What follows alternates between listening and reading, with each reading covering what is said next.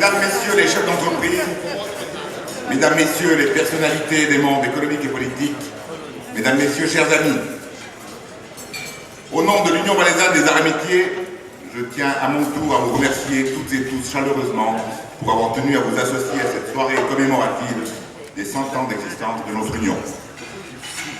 Car si cette fête a été organisée pour vous, elle existe surtout par vous. Et votre présence nombreuse ce soir témoigne de l'attachement que vous portez à l'UVAM, porte-parole des PME valaisannes. Le tissu économique de notre canton est constitué essentiellement de PME, puisque 99% des entreprises valaisannes sont des PME, et les PME valaisannes, mesdames, messieurs les chefs d'entreprise présents ici ce soir, c'est vous. Qui, par leur initiative, leur responsabilité, leur volonté, assurent l'emploi de plus de 85 000 valaisannes et valaisans. C'est aussi vous. Qui forment 87% des apprentis du canton, soit plus de 5 200 apprentis, c'est vous encore. Qui finance l'essentiel de la protection sociale pour les salariés et leurs familles? Vous, évidemment. Qui se met à risque chaque jour pour produire les biens et les services qui font la richesse du Valais? Toujours vous. Qui sont bien souvent à la fois leurs comptables, leurs responsables marketing et des finances, leurs techniciens et leurs chefs de chantier? C'est vous. À qui clubs et sociétés font-ils appel pour organiser et soutenir financièrement leurs manifestations, telles que festivals et fêtes en tout genre? À vous, bien sûr. Vous avez une motivation. Créer, faire vivre, développer chaque jour des milliers d'entreprises, responsables de dizaines de milliers de salariés, ouvriers, techniciens, ingénieurs, cadres et collaborateurs. Vous avez une mission, créer la richesse de votre pays, produire les biens et les services qui assurent le niveau de vie des Valaisannes et des Valaisans. Vous avez une ambition, la réussite de votre pays, et être les vrais responsables de l'avenir, car le Valais relèvera les défis économiques, technologiques et sociaux grâce à vous et vos collaborateurs. Vous avez une aspiration, celle d'être entendu, compris et respecté. Et ça, c'est le rôle de l'UVAM d'y contribuer, et nous nous y engageons. Pour revenir un bref instant sur les résultats de la votation du week-end dernier sur la réforme de l'imposition des entreprises, on peut dire que nous avons senti le vent du boulet. Il faut reconnaître que malgré tous leurs mérites, les PME souffrent d'un déficit d'image, ou du moins d'un déficit d'image dû à l'amalgame fait avec la haute économie. Or, si c'est les représentants de cette économie élitaire qui s'expriment au nom des PME, ça sent les hautes sphères de la finance et l'université de Saint-Gall. Et ça sonne faux. Ce rôle doit être dévolu à l'USAM et à ses sections cantonales.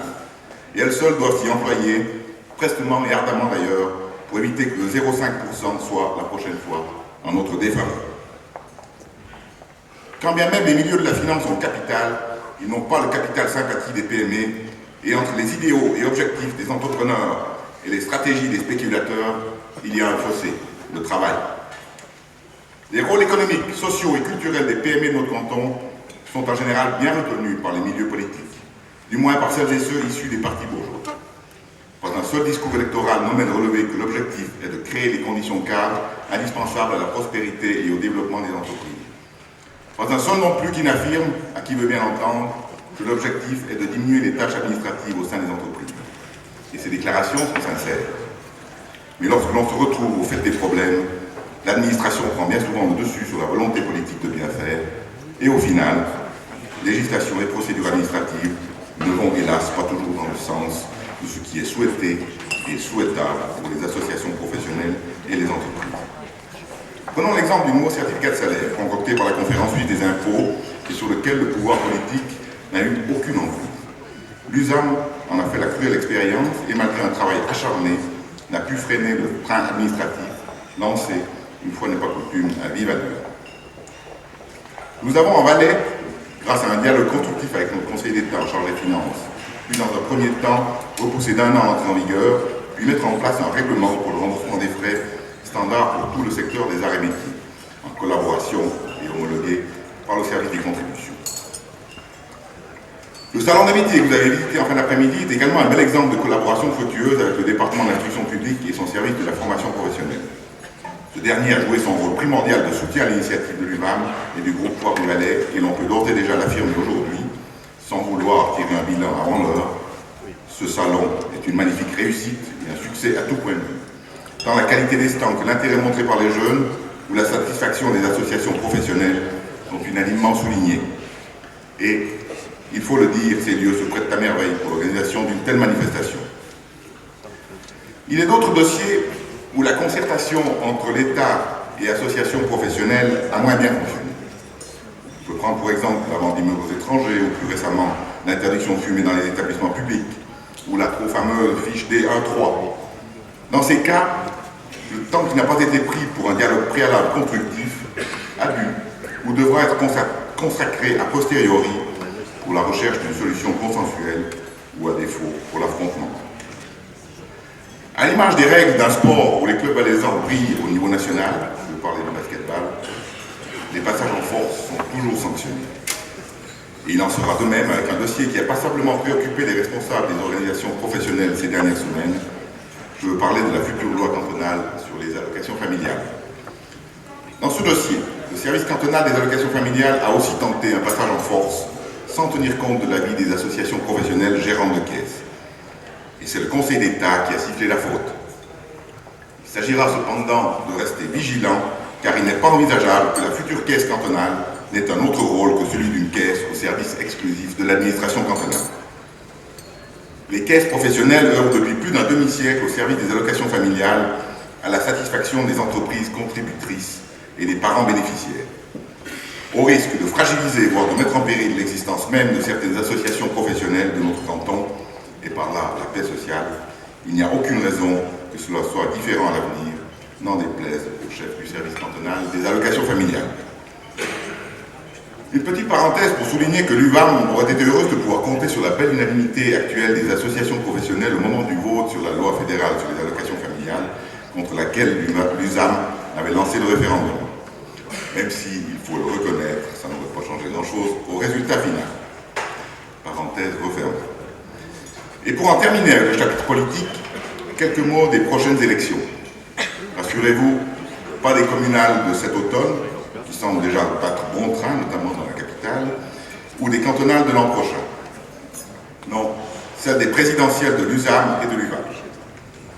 Vous avez pu lire comme moi que notre président suisse, le Conseil national Eddy Engelberg, a déclaré que la présidence de notre organisation fêtière pourrait revenir à l'UDC en 2010. Eh bien, pour ma part, je suis heureux d'avoir entendu notre directeur suisse tout à l'heure le dire comme moi, tant l'USAM que l'UVAM sont des organisations patronales qui doivent œuvrer pour les intérêts suprêmes des entreprises et PME de notre pays. Et qu'à ce titre, et peu importe l'appartenance politique des futurs présidents, elles ne doivent en aucun cas se laisser instrumentaliser par un homme ou un parti politique, aussi puissant soit-il. Notre cher président Bernard Vidal va remettre son mandat cet automne lors de notre congrès. S'il est évidemment trop tôt pour faire l'éloge de son travail à la présidence de notre union, je tenais simplement à relever ici que c'est un président extraordinaire qui a porté très haut les couleurs des PME valaisannes. Et, puisqu'il est l'heure des scoops, je peux vous en annoncer un s'agissant du parti du futur président de l'UVAM. Il est fort probable qu'il ne soit pas socialiste. Voilà pour certaines de nos préoccupations actuelles. Et quand bien même cette soirée a un aspect essentiellement festif, admettez qu'il eût été dommage de s'exprimer devant un tel aéropage de personnalités des mondes politiques et économiques et de ne pas saisir l'opportunité de faire passer notre message, car c'est l'un des rôles essentiels de l'UVAM.